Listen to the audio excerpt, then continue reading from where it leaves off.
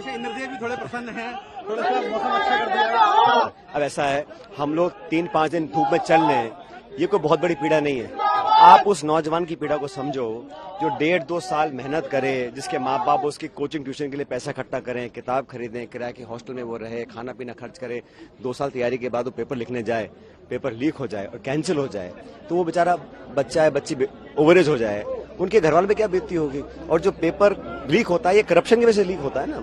अगर किसी पास पैसा है हो सकता है वो पेपर खरीद ले, लेकिन ये पूरी व्यवस्था को बदलना चाहिए। मूल चूक परिवर्तन जब तक हम नहीं करेंगे, इस पूरे इंस्टीट्यूशन को जो एक कार्टेल बना हुआ है उस पर प्रहार करना पड़ेगा ना, ताकि लोगों को विश्वास रहे कि हम अगर पेपर लिख रहे हैं, दे रहे हैं, इंटरव्यू दे रहे हैं तो हम एक ट्रांसपेरेंट तरीके से दे रहे हैं। और विश्वसनीयता, क्रेडिबिलिटी और आस्था सिस्टम में बनी रहे नौजवानों की, ये बहुत इंपॉर्टेंट है। और ये करप्शन जो है, ये मैं तो बहुत पहले से कहता आया हूँ, खासकर पिछली गवर्नमेंट ने जो करप्शन इश्यूज हमने टेकअप किए थे उस पर हम प्रभावी कार्रवाई नहीं कर पाए, इसलिए उस पर कार्रवाई करने का समय आ गया है। सचिन, आपने करप्शन की बात बताई है, करप्शन के मुद्दे पर कांग्रेस कर्नाटक में इतने भारी बहुमत से आई है, यही मुद्दा आप यहाँ उठा रहे हैं। क्या लगता है कि करप्शन वाकई एक बड़ा एक ऐसा टूल बन गया है कि जनता भी, देखो, लोग इसकी चर्चा शायद ना करते हों, लेकिन ये हकीकत है कि करप्शन से मध्यम वर्ग, जो गरीब तबका, जो आम व्यक्ति है, जो बहुत पैसे वाले हैं उनको तो ज्यादा फर्क नहीं पड़ता होगा, लेकिन जिस व्यक्ति को पेट काट के बच्चों को पढ़ाना पड़ता है वो व्यक्ति जानता है कि दिहाड़ी क्या होती है, रोज पैसे कमा के चूल्हा जलाना क्या होता है। तो उन लोगों को करप्शन सबसे ज्यादा प्रभावित उनको करती है, इम्पैक्ट करती है।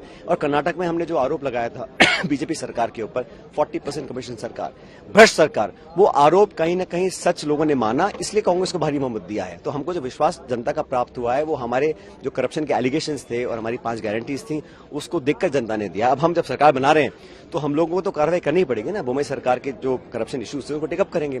ठीक वही मांग मैं राजस्थान में तो कर रहा हूँ, पिछले 4 साल से कर रहा हूँ। किसी कारणवश वो हम लोग उस पर कार्रवाई नहीं कर पाए हैं, उसके क्या कारण है मैं नहीं जानता हूं, लेकिन मैंने मेरी तरफ से, कुछ लोग कहेंगे कि आपने एकदम से क्यों किया, मैं 1.5 साल से आग्रह कर रहा हूं, चिट्ठी लिख रहा हूं, निवेदन कर रहा हूं, अनशन मैंने कर लिया, सारी मैंने पूरी कोशिश कर ली और अब मैं अब यात्रा निकाल रहा हूं। भाई पब्लिक की आवाज सबको सुननी पड़ती है, तो इसलिए जन समर्थन हमको मिल रहा है क्योंकि हमारे इश्यूज इंपॉर्टेंट है। सचिन, आखिरी सवाल है कि कांग्रेस जीत कर आई है, वहाँ उन्होंने ये कहा है कि वहाँ कांग्रेस एकजुट थी और तमाम जो नेता थे वहाँ पर भी इंटरफेयर काफी थे, लेकिन सबको कांग्रेस ने एकजुट किया।